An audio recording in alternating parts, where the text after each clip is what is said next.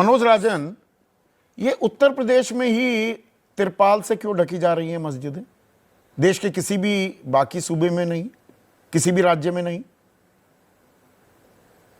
मुझे लगता है इसको और थोड़ा सा कट शॉर्ट कर देना चाहिए कि उत्तर प्रदेश में भी केवल संभल, शाहजहांपुर या अलीगढ़, हाँ, वहां थोड़ी टाइमिंग चेंज हो गई और एक मस्जिद है।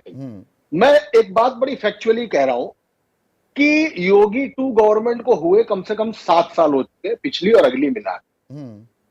आज तक कौन सी होली ऐसी थी जब मस्जिद ढकी गई? क्या जुमा नहीं आया तब? 7 मस्जिदें थी। एक कासगंज में तिरंगा यात्रा निकलती, एक लड़का मारा जाता है चंदन। नवदुर्गा विसर्जन का मसला होता है, बहराइच में एक लड़का मार दिया जाता है। हर तीज त्योहार पर जैसे ही कांवड़ की यात्रा निकलेगी, आप अपना नेम प्लेट लगाइए कि आप मुसलमान हैं या आप हिंदू हैं। अब आपको मीट से, मांस से नफरत होने लगेगी। अरे भाई, किसी को अगर रंग से नफरत है तो फिर उसको देश निकाला कर दोगे। आप मांस से नफरत करोगे, कोई खाता है, वो आपको देश विरोधी मानने लगे तो, वो ऐसी मांग करने लगे तो कल को जब कांवड़ यात्रा थी तो सबको नेम प्लेट लगाने का आदेश था कि अपना नाम लगाइए कि चाय भी अगर आप बेच रहे हैं तो आप मैकू हैं या मुबीन हैं, ये आपको बताना।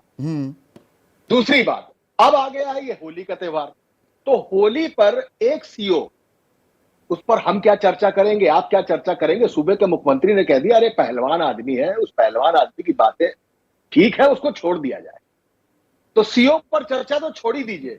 लगातार मलूक भाई अभी एक बात कह रहे थे, मैं मलूक भाई पे पर्सनल नहीं जा रहा हूं, लगातार वो बात कह रहे थे, या संजय निषाद कह रहे थे, वो संजय निषाद जिनके सारे निषाद गंगा और जमुना दोनों के किनारे रहते हैं, लेकिन गंगा जमुनी तहजीब को मिटाने में वो खुद लग गए पूरी तरीके से।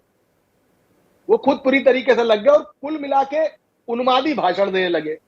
मुझे वो इंटेलिजेंस की रिपोर्ट दिखा दी जाए जिस रिपोर्ट में यह कहा गया हो कि फला तारीख को होली के त्योहार के दौरान इन जिले में, इस जिले में, इस इलाके में गड़बड़ होने जा रही है। एक धारा 144 लगती और दोनों एक पक्ष में रहते।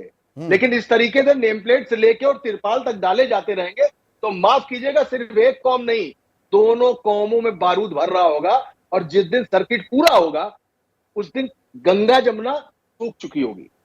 ये सीधा चुनावी एजेंडा भी तैयार हो रहा है। और इसमें जो असल मुद्दे हैं, और मैं युवाओं की बात यहां पर करना चाहूंगा, युवा सबसे आगे होते हैं इसमें। जब भी इस तरह के भड़काऊ माहौल तैयार होता है, बेरोजगारी का आलम, मैंने वो सिर्फ इसीलिए कांस्टेबल भर्ती का सिर्फ एक उदाहरण दिया है, वो तो बाकी 18 पर्चे लीक हुए हैं उत्तर प्रदेश में, उन बातों से बिल्कुल ही ध्यान हटा दिया जाए। ये तैयारी हो रही है। मैं छोटा सा एक उदाहरण दूंगा आपका। मायावती ने अपनी सभा में कई लाख, कई करोड़ रुपए के नोटों की माला पहनी। हम लोगों को लगा बहुत बड़ी खबर है और बहुत बड़ी खबर बनी। अगले दिन मायावती ने एक प्रेस कॉन्फ्रेंस बुलाई और लगा कि मायावती शायद इस मुद्दे पर माफी मांगेगी, लेकिन उन्होंने प्रेस कॉन्फ्रेंस के दौरान कोई प्रेस कॉन्फ्रेंस नहीं की। नसीमुद्दीन सिद्दीकी, बाबू कुशवाहा, इन सब लोगों ने मिलकर उनको एक और नोटों की माला पहनी। तो ये उनका स्टाइल ऑफ पॉलिटिक्स ये था कि पूरे विपक्ष को इसी में उलझाए रहो, बयानबाजी कराए रहो और हम अपनी राजनीति करते रहेंगे। लेकिन इन मुद्दों से, फिर कहता हूं, जो चुनाव की दशा हुई थी लोकसभा में, उसको दोबारा फिर एक बार ध्रुवीकरण करने के लिए हर तीज, हर त्योहार लगातार वही प्रयास हो रहे हैं कि 2 धड़े बट जाए और 2 धड़ों में राजनीति होती रहे। वोटों की फसल लहलाइए, हर त्योहार पर यूरिया डालिए, जब ये फसल आ जाएगी तो 2000। हमारे दर्शक हैं संजीव तलाटी, अहमदाबाद वासी हैं, गुजरात के हैं। वो कह रहे हैं मनोज की होली के दौरान मस्जिदों पर तिरपाल की जरूरत नहीं है, पाबंदी की जरूरत तो ऐसी जहरीली जुबानों पर है जो नफरत फैलाती हैं, वहां तिरपाल की जरूरत नहीं। बिल्कुल बिल्कुल, यही बात तो मैं कह ही रहा हूं। एक धारा 144 लगा दी होती, जहां पर किसी भी उन्माद की आशंका होती, एक धारा 144 लगा दी जाती वहां पर कि यहां पे उन्माद होना है तो तुम भी कायदे में रहोगे, ये भी कायदे में रहेंगे। ठीक है।